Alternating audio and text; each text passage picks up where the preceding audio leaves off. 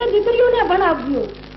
હું રવિશંકર દાદાને મળવા ગઈ ત્યારે રવિશંકર દાદાને મેં કીધું કે મારે કન્યા છાત્રાલય બનાવવી। દાદાએ કીધું કે પેલા માં ગોતજો। એટલે મારે આ ફંડ હતું એ મારે એવો વિચાર હતો કે મારે કન્યા છાત્રાલયમાં જવું, પણ મારે એ વખતે દાદાની વાણી સાંભળી અને મને જરૂર હૃદયમાં એ તને આંચકો આવ્યો ત્યાં મારી ભૂલ થઈ ગઈ।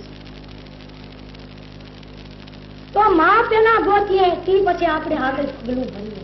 આપણી કન્યા કેળવણી એવી આપો કે આપણી ફરીની સંસ્કૃતિ જાગે, આપણે ઘીરે એવા સંસ્કાર લેરો, દીકરીઓને અક્ષર જ્ઞાન ચોક્કસ આપો, પણ સાથોસાથ તમારી જે સંસ્કૃતિ હોઈ ગઈ છે અંધારા ઘોર અંધારમાં માથે અજ્ઞાનતાના, ઈર્ષાના, પછી દારૂના, માંસુના એ પડદા પડ્યા છે, એની સંસ્કૃતિને ઢકાડી દીધી છે। એને ઉડાડવા માટે આપણી બેન દીકરીઓને સરજુના જ્ઞાન આપો। આપણી સંસ્કૃતિ, આપણી જોગમાયા કેવી હતી, હાજ્યું હોય્યું હતું, એના મંદિરો નથી બંધાણા, એ મરી ગયા કેને એના ઘંટ માહેથી વાગ્યા છે। જીવતા પૂજાવું એ તો મહાપાપ છે। નરસિંહભાઈ આજ પૂજન કર્યું, પણ હાડકો પિંજર સામ મજો યહ માઈ ભયો મન મૂત્ર વિકારા, આ શરીર છે હાડકાનું છે, માની પરથી જયારે આત્મા વયો જાય એટલે એને ખોખાને બાળી દે, એ પૂજાવા લાયક શરીર નથી।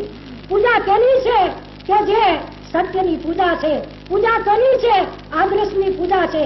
એક કરોડિયુંના હીરા માણેક અને જગ્યા હોય, મુગજ પહેર્યો હોય અને કરોડિયુંના હીરા પહેર્યા હોય એને માણસ નમવા નહીં જાય, પણ એક આવો લંગોટી બંધ થઈ છે એને જઈ અને લાખોના તાજ જળી જાય।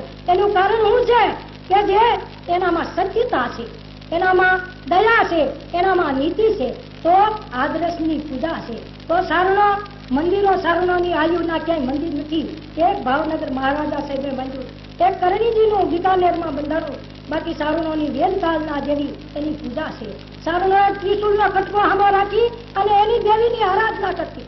ને હું નનકી હતી ત્યારે અમારી બેનું દીકરીઓ જે ગીત ગાત્યું, જયારે જોગમાયા રમવા, ક્યાં આપણી સંસ્કૃતિ, ક્યાં આપણું એ જીવન, ક્યાં એ આપણો આદર્શ? આપણે અત્યારે અધઃપતનને માર્ગે આવ્યા। તો ખરેખર ફરી ઈ આવડનો જન્મ આપવો હોય તો બેનું દીકરીઓ એવા મૃત લે કે